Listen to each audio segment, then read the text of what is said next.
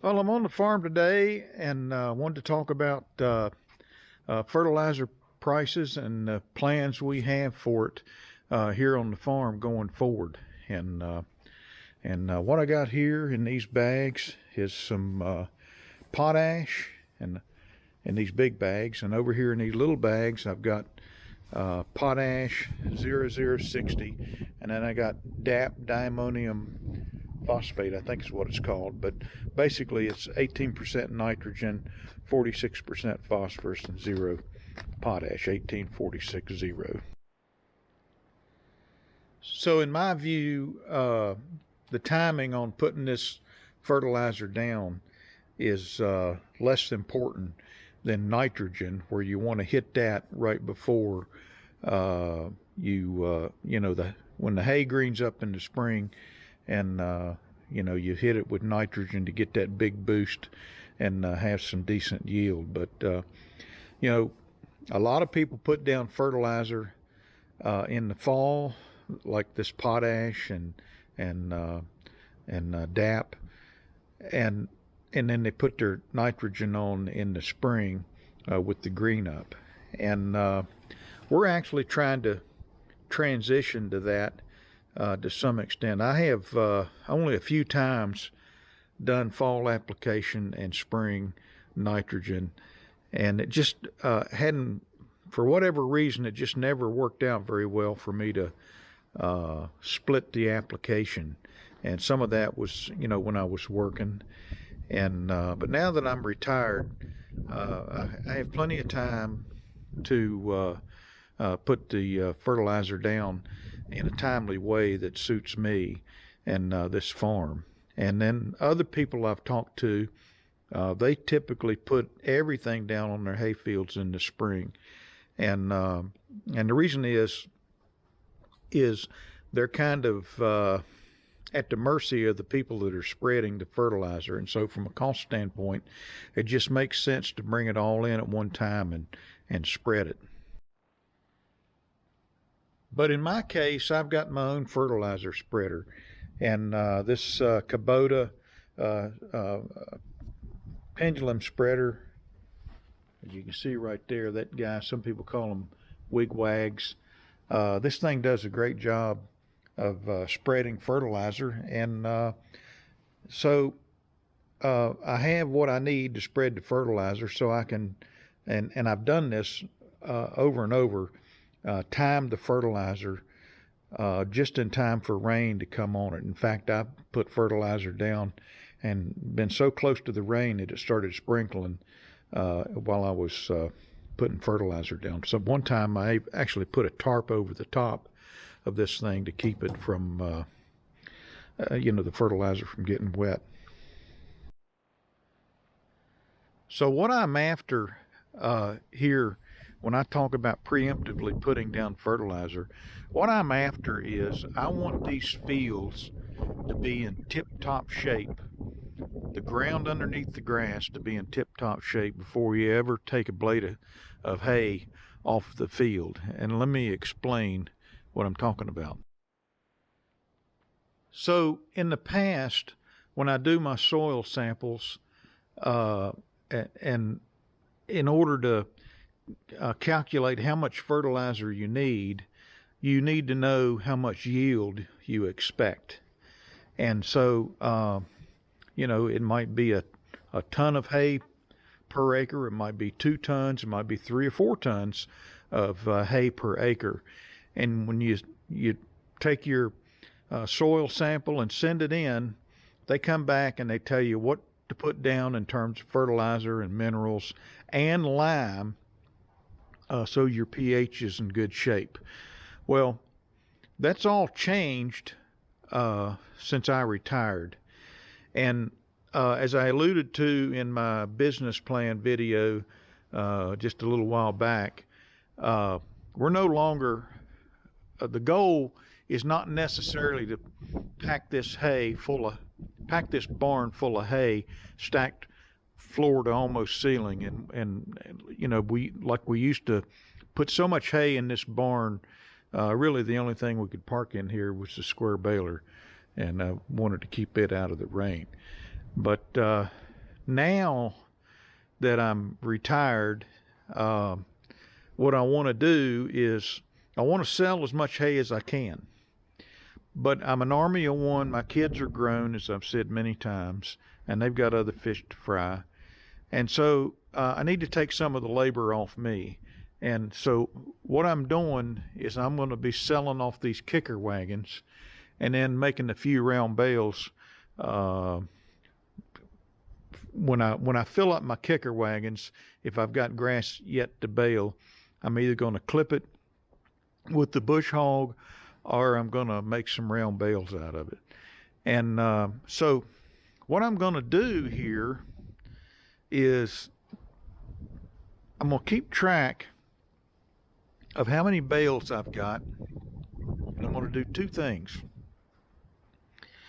So I know typically what a square bale weighs and a round bale weighs on this farm, and so I'm gonna really keep tight count of how many bales I take off the field. So the way to think about this is I've got a glass of water that's full, so I put this fertilizer down, and I've got fields that are just, the ground is really in good shape underneath the grass.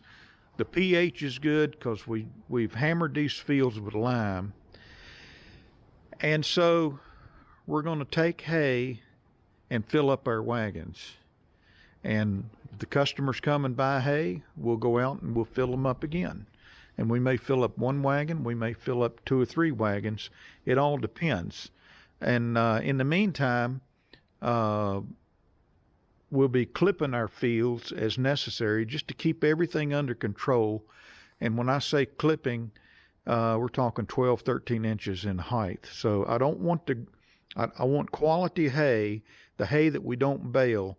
I do not want it going to seed and just all kinds of trash coming in. I want highly managed hay fields that if we don't bale hay on them, think of it this way. They encourage you to stockpile hay if you're a beef cattle farmer. And instead of baling it in the fall, you just turn your cattle out on it, at some point. And you save the wear and tear on the tractors and such. And so what I'm going to be doing is stockpiling hay that's going to be used when I need it. So if I empty the wagons, a couple wagons, I'll go out and I'll make enough to refill them. But I want quality hay when I do that. And so, when I clip it, and I'd already tried this last year and it worked great. And when I clip the fields, it comes back thicker and thicker and thicker. And it's just a really healthy stand of hay. And so I said all that to say this. At the end of the season, we'll get on out into August or the 1st of September, I'll know how much hay we've baled. And I'll have a pretty good idea of the weight per bale, and I can add all that stuff up to come up with tonnage from each field that we got. And we'll take soil samples from each field, and then we'll send them off and have them analyzed. But that expected yield on the fertilizer paperwork, the soil sample paperwork that I send in, instead of saying 2 tons per acre or 3 tons or 1 ton, one field might say a ton per acre. Another field might say 1.5 tons per acre. Another field might say 0.5 ton per acre. And what I want is a recommendation from my soil samples on how much fertilizer to put back. So you think of it as a glass of water that's full, and when we start filling up these wagons, it's kind of like we're drinking some of the water. So the cup might be 3/4 full, it might be half empty, it might be empty, and that's one of my fields.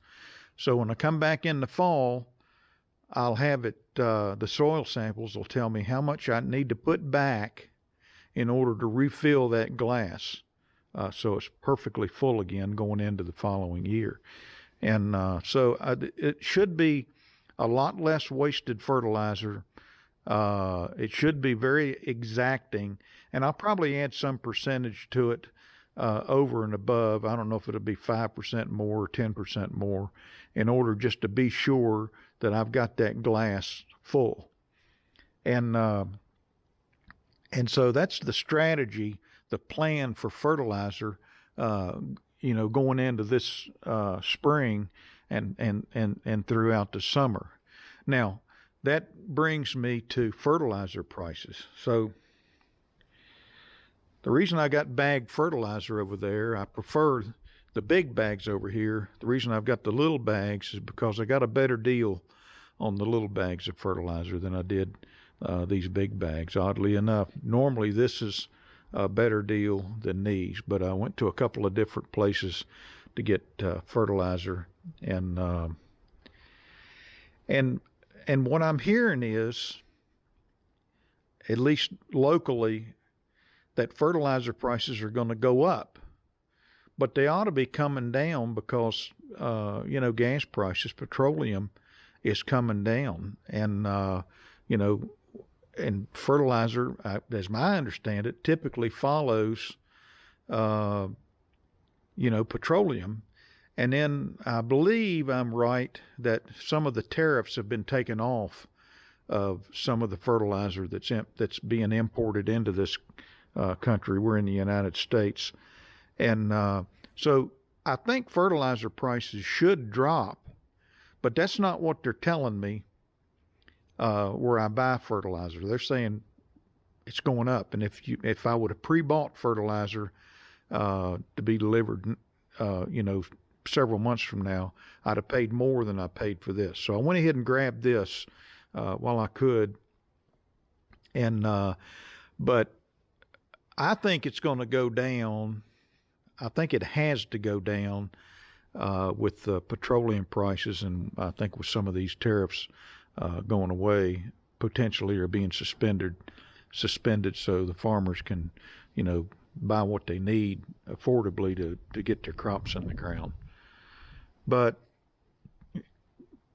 the way I'm going about this, replenishing my fields, the glass full kind of approach, like I just talked about, I think it'll be much better. I'm very confident that this is going to be much better as far as being more exact on how much fertilizer goes down. And so, I don't know how many tons of fertilizer I'll need, but I'm anticipating it to go down, because until I can get my hay customers to understand that we're not holding hay anymore, the first come, first serve, and a lot of these hay customers, they come, when it's convenient. So, we're scrambling in the middle of May and early June, to beat the thunderstorms, to get the hay up on first cutting.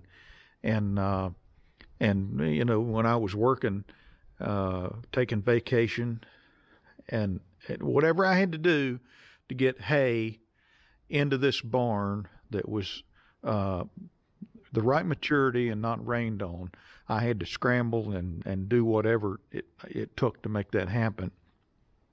But the hay customers typically not like that. They're like, well, I'll just come whenever. And so sometimes they'll come in July, sometimes they'll come in August, but a lot of times they'll wait until, it starts getting cold. Our customers, typically horse customers, and the paddocks stop growing hay. The grass starts going dormant. And then when you start getting a little bit of snow, the phone generally starts ringing. Now, I've got hay left over. Last year we had a glut of hay around this area, and so it just hadn't sold very well. And this is not exactly horse quality hay right here. This is more like It's not bad. It's just got some foxtail in it, which the horse people don't like. But in any event, this will. I'm not reducing prices on this hay. Sometimes towards the end of the year, I would knock prices down and get the hay sold. But fertilizer is so expensive, you can't afford to do it. So these wagons will stay in here with hay in them until I sell them, even if it's a year from now, 8 months from now, the following fall. We're in January, so if it sits on the wagons until next September and October, fine. What it does, it means that, there's probably 2 1/3 wagons here of hay that I won't be making in, next year because my wagons are full. And I'm not going to stack the hay in the barn because I don't want that labor on me. And it's funny. You stack the hay in the barn, and then for whatever reason you need that space, and it's just in the way. It's like the hay's in the way.